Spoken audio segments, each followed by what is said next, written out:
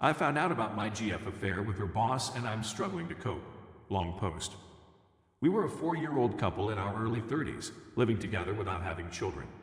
Because she was having difficulties dealing with her feelings and speaking about them, I encouraged her to seek counseling.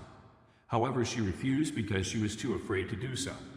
The last time we kissed was back in July, and she was just upset. From that point on, her demeanor shifted, and she became aloof and irritated with others. 2 weeks later, after work, we went on a night out with some friends, and she took her boss with her. This is the first time I've met the guy, and he's informed me that I appear pleasant. However, we're playing on two teams because he has a thing for my girlfriend, who is not his.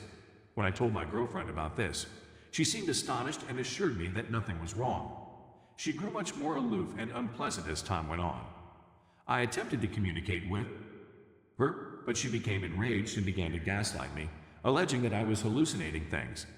I made the decision to put up more effort and take her out more frequently, but her attention was constantly elsewhere.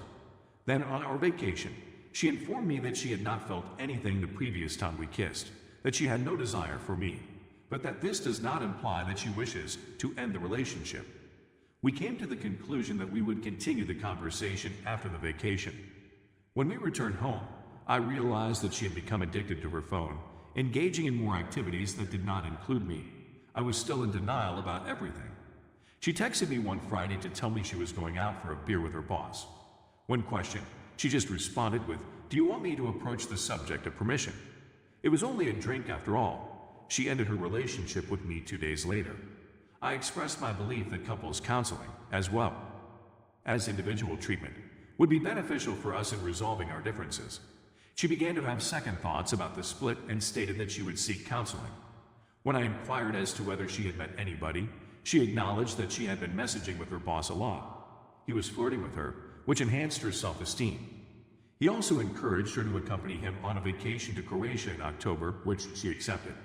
She had no intention of going. I was enraged, but I had faith in her.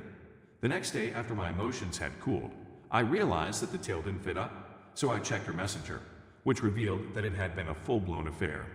She told her two closest pals everything that had happened.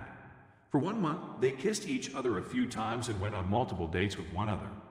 They came to an agreement that he would follow her lead and that she would define the boundaries. She was aware that it may be a one-night stand, but she was interested in seeing where it would go. She was the one who set up the dates and kisses. She told her pals that it would be a shame if they didn't have sex, since it would be embarrassing. Honestly, she was actually contemplating accompanying him on that trip.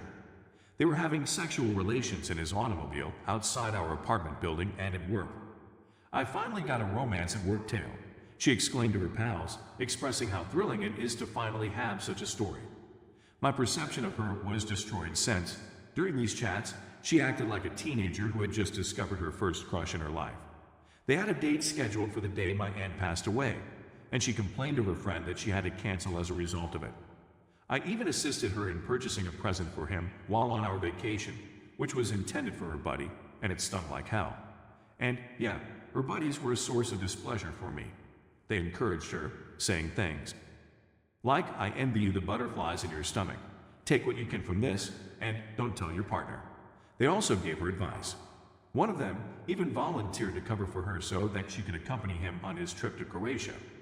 They never emphasized that what she was doing was wrong and that she may lose her job as a result.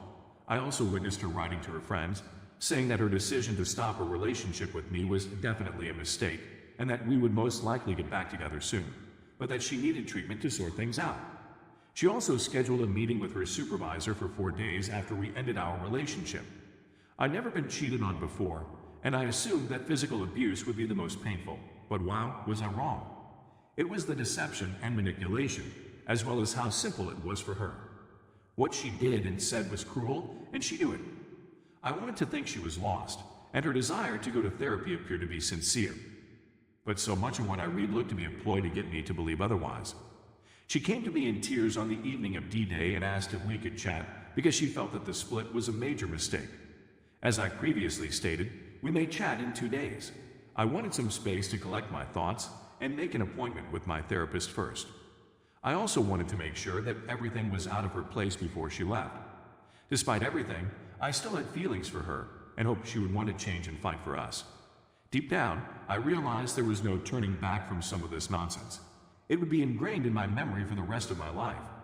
I didn't believe she was really nasty at first, but now I've uncovered a side of her that I despise.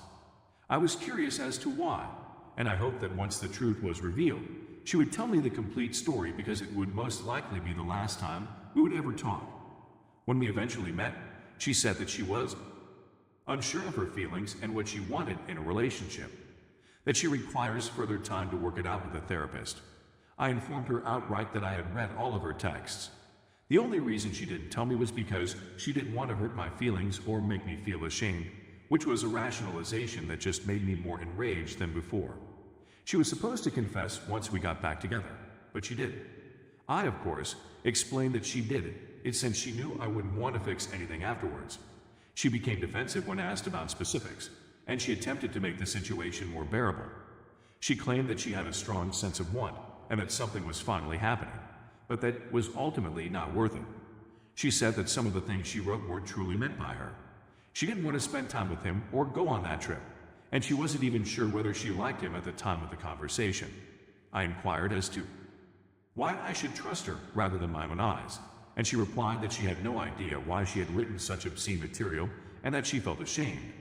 Her worst mistake in life, she says, and she feels like garbage for having injured me. She also regrets not going to treatment sooner, and she believes I deserve someone better. I was in agreement. She expressed regret. I questioned how she could be so naive as to put her career in danger, and she responded by saying that it was no longer her concern. She informed me that she had scheduled a meeting with him for Friday in order to ask him for a break, so that she could figure out what she wanted. Yes, that's correct. Her expression was filled with remorse. I told her that I was terribly disappointed in her, and that I had no idea who she was anymore. When I asked her, she said that she didn't know either, but that she was determined to find out during her treatment. When I inquired about our situation, she stated that it was most likely unfixable. I concluded by expressing that I don't know whether I'll ever be able to forgive her, and that I hope she gets the answers she seeks via her therapy sessions. After that, I departed. It was the most difficult talk I'd ever had in my life. Ultimately, I did not obtain the answers I desired, and what I did receive was disappointing and disingenuous in its delivery. It bothered me that she didn't tell the truth, even after I challenged her. I'm upset with myself because I had hoped she would want to rectify things, and I'm still catching myself thinking about it, even after a week has passed. This is naive, and I am well aware of it. It's ridiculous that I want to be loved by someone who has caused me so much pain. I'm hoping that these ideas would go away sooner rather than later. I understand that I should concentrate on myself and make improvements in my life, but it's really tough to go on.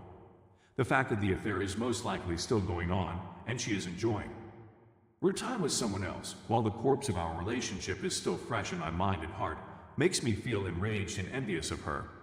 Dealing with the loss of one's home, one's relationship, and a sense of betrayal may be quite difficult at times. Edit. Wow, thank you so much for all of your answers, candid thoughts, and encouragement. I truly appreciate it. A large number of you urged that I disclose the affair to Human Resources at her workplace, as well as to all of her friends and family members.